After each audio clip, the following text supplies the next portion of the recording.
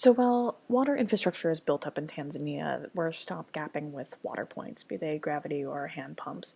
Um, in theory, we know where most of these are because you have to apply to install them with the Ministry of Water. But we don't know which ones are working and which ones are in ill repair. And so there are a couple of ways of understanding what's going on with them.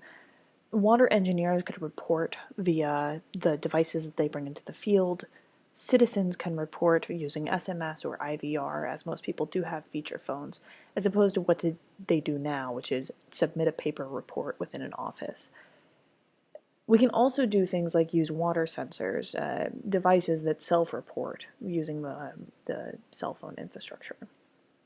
Now, if we put all of the information that's coming in into linked databases, we can start to see trends that are going on. And we can start to show overviews of things, like who owns what, who's responsible for it. So this is a community-owned water supply organization. We can see it's in good repair, when the last fix was, things like that. Which means that when we zoom out, we can see what the overall trends are and therefore make better plans based off of it. So if we have this overview, what we worked on while we were in Dar es Salaam was the SMS component, so how people report and get feedback. They can notify that something is broken or something that is fixed.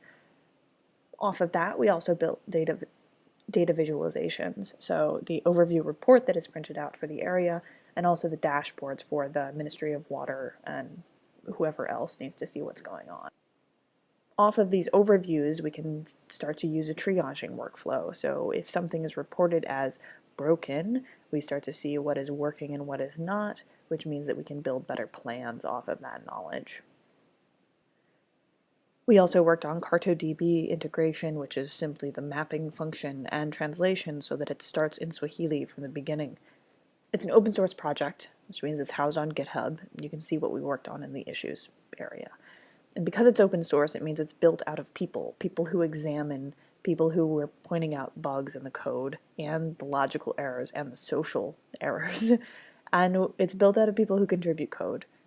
We encourage reuse of the code so that it can be integrated in other ways. We went to Dar es Salaam because we're here because of the infrastructure and because of you. So the code is just a vehicle for getting there. Because at the end of the day, there are still too many people who do not have access to clean drinking water. There were people in the US and in the UK working on this as well. And while, like other hackathons, we started at 10 and ended at 6, it was not just an arbitrary deadline. We left for Iringa at the end of the day